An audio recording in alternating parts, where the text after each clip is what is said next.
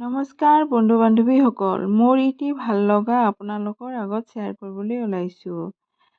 যোৱাকালি লক্ষ্মীৰাম বৰুৱা সদন, গুৱাহাটী, অসম সাহিত্য সভা ভৱনত Purbanchal Samannay Mancha the NER forum for unity গোটৰ প্ৰথম বৰ্ষপূৰ্তি অনুষ্ঠানটি সফলভাৱে উদযাপন কৰা হয়।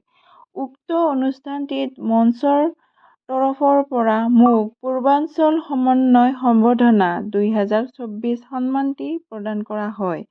উক্ত সন্মানটি পাই মই খুবেই সুখী অনুভৱ কৰিছোঁ। এই অনুষ্ঠানটিত নিজকে অংশীদাৰ হ'ব পাই মই ধন্য মানিছোঁ। এই অনুষ্ঠানটিত কৈলাশ চুতীয়া দেৱৰ ডায়েৰীৰ পৃষ্ঠাত জীৱনৰ ৰং, ডক্টৰ কৰবীৰ হাজৰিকা, সপনে ৰিঙিয়াই আৰু প্ৰিয়ম ৰাগিনী সুদূৰৰ মোৰ সোণৰ নৈ গ্ৰন্থখন উন্মোচন কৰে আৰু তেওঁলোকে মোক উপহাৰ হিচাপে দিয়ে। অশেষ ধন্যবাদ জনালোঁ মই তেওঁলোকলৈ। এই চেগতে মঞ্চখনৰ প্ৰতিষ্ঠাপক প্ৰশাসিকা মণি গোস্বামী বাইদেউ সমূহ বিষয়ববীয়ালৈ মই আন্তৰিক ধন্যবাদ জনালোঁ।